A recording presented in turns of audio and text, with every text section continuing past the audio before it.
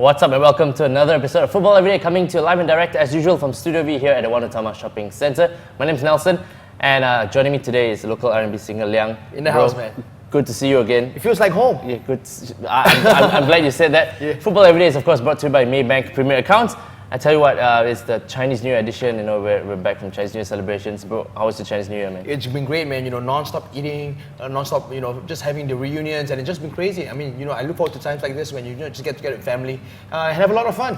Yeah, I did too. I think I was off the whole of last week. Caught up on sleep. Good break, my friend. Catching up with friends and stuff. Yeah, that's right. So good to have you on the show again, bro. Before we get into the weekend's matches, right? I mean, let's talk a bit about the Champions League. Sure.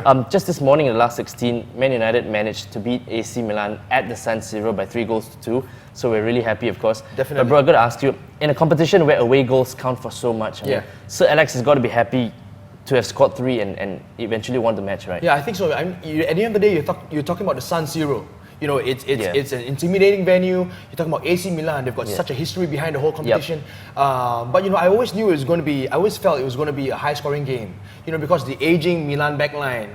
And with the pace that we have going forward, we're always going to cause problems. And our United's backline is not like extremely solid as well at the moment. Right? You know what? This whole season we've never really had a solid. I mean, hey, Michael Carrick playing defense. Stuff like that. So I kind of had a feeling we'll be like a high-scoring game. Yeah. Okay, bro. I mean, with the result, this means Milan will now have to go to Old Trafford and attack. Which should give United the perfect opportunity to play their counter-attacking game that that United love to play so much. But would you say the tie is won? Has been won? You never count your chickens before they hatch. That's a fact. So that I believe it's interesting right now. It's a lot to look forward to at Old Trafford. The crowd will be up for it. We'll be up for it. The players will be up for it. It's in their favour. I think morale is on a high. So, opportunity.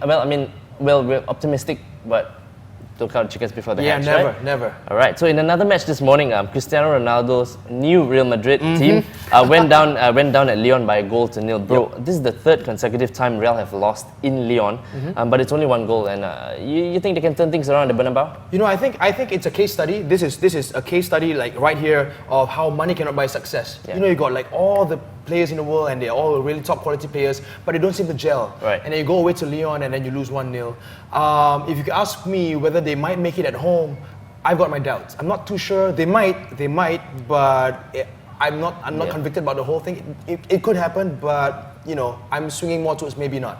All right. So that would be a shock if Real were to exit in the last 16. In case you'd like to catch the action, 2 more matches will be played tomorrow morning with in-form Bayern Munich playing host to Fiorentina, while Arsenal travel to Porto. All right, getting into the EPL now, where there weren't any league matches last weekend due to the FA Cup, but league action resumes this weekend.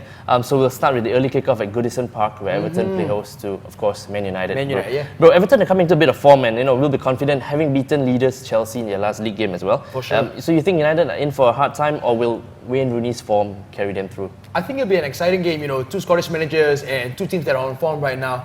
I think and both quality squads. If you ask me, I think, and we are playing away at Everton, so it might be 2-1 in our favour. Yeah. So when the 2 teams met earlier this season, United won 3-0. So 2-1 to United this time? I'd say 2-1. 2-1, right? Well, I really hope you're right, bro. But it's time for our first break here on the show. But we'll be right back before you know it after these quick messages from our sponsors. So do stay tuned and stick with us on Football Everyday, brought to you by Maybank Premier Accounts.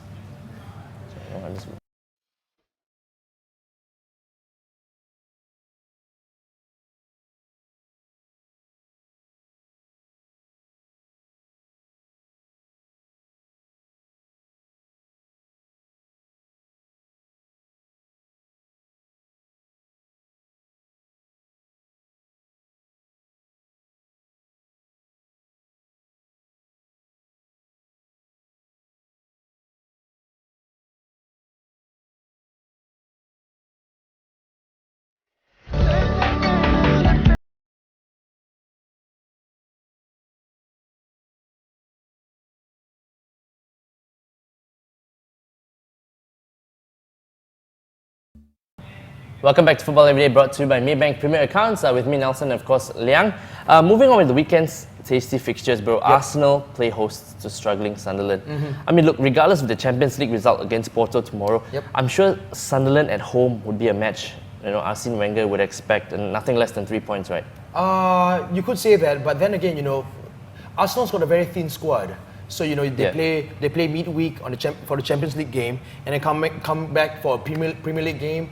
I'm not sure. They might not be able to cope with it, and I think the whole squad issue has been dogging them the whole season. Yeah. They've had Vermaelen out for a bit, Fabregas out for a bit, Van and Persie's Van Persie still out out. for long term. Yeah. So and it seemed to have affected the whole squad. Right. So I'm not sure. My gut feeling is they may not be able to cope with it. Right, especially if they get more injuries in the match against Porto tomorrow morning. And they're playing well, Porto away. Yeah. So travelling time and the whole leg thing, you never know. So, what do you think is going to happen? I mean, can you see Sunderland producing a surprise result here, or should it be a straightforward win for Gunners? I don't know. I'm hoping for another red ball balloon incident, so we'll see. We'll see what happens. It was actually the excitement. But I think Arsenal might just be able to sneak it like 1-0. 1-0. Yeah. All right. Okay, and over at Molineux, another struggling team in the form of Wolves, the welcome league leaders Chelsea. Bro, Wolves did themselves absolutely no harm by beating Spurs. Surprisingly, in their previous game. I think Shabby will be really unhappy. But they'll be up for it against Chelsea, right? I mean, who we know lost their previous away match at Everton and struggled with only a 1-1 draw at Hull before that. So what do you think is going to happen, bro? I think right now Chelsea's got like a whole spate of off-the-pitch problems. Yeah. You've got John Terry and then Ashley Cole's like, hey, I'll follow you, captain. And and it's it's just one after the other. And I think it may lead to a whole dressing room upheaval kind of a thing. It can't be too peaceful. And I think Wolves may just be able to sneak a surprise result. Could be a draw. Give me a score prediction then, bro. I'd say 1-1. I'd say 1-0. It's a bold score prediction. I really hope Liang is right. You heard it here on Football Every Day. It's cool. So let's now get into the email of the week, which comes from Murali, who says, compared to previous seasons, this title race has been one of the most exciting to follow, judging by the neck-and-neck contest between Chelsea and Man United at the moment. While, of course, Arsenal are still in with a slight chance. Bro, you agree with Murali? How's the season been for you? It's been crazy. I mean, you talk about not just on the pitch but off the pitch as well. All kinds of things going on. You talk about Portsmouth going to administration. You talk about off the pitch flings, Chelsea, and all these little things that are going on. It's been exciting. We're looking at things that are happening now that weren't happening 2-3 seasons ago, or even looking further back. So I think this season has got a lot going for it in terms of excitement and intensity. But if you ask me, I think it's still pretty much a two-horse race. Arsenal's kind of in there, but if you ask me, it's a two-horse race between Chelsea and Man United. It's got to be down to Chelsea and Man United, right? Definitely. And if you've got to put some money on the line, you're going to say Man United, of course. Well, yeah. That's for sure. Why would I say anything else? right. Well, Murali, thanks a lot for the great email and for your efforts. You've picked up a great prize courtesy of Adidas. And if you're a Maybank account holder as well, do let us know, and you'll also take home a Maybank pack consisting of a Maybank bag and an Adidas Premium. And if you'd like to write to us, drop us a line at football@thestar.com.my. Well, more football chat to come in the third and final segment of the show, but it's time for our second break here on Football Every Day, brought to you by Maybank Premier Accounts. So stay tuned and we'll see you soon. Be right back. Nice one, bro. All good.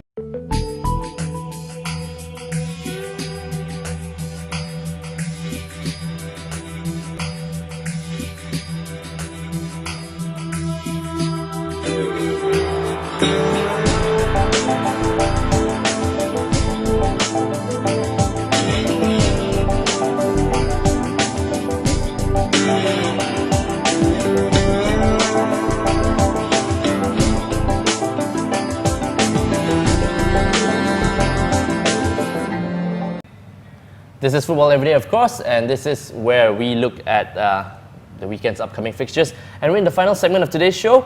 So we've talked about MU, Arsenal and Chelsea, bro. So let's now get into Liverpool in what is arguably this weekend's biggest game, where the Reds visit Manchester City.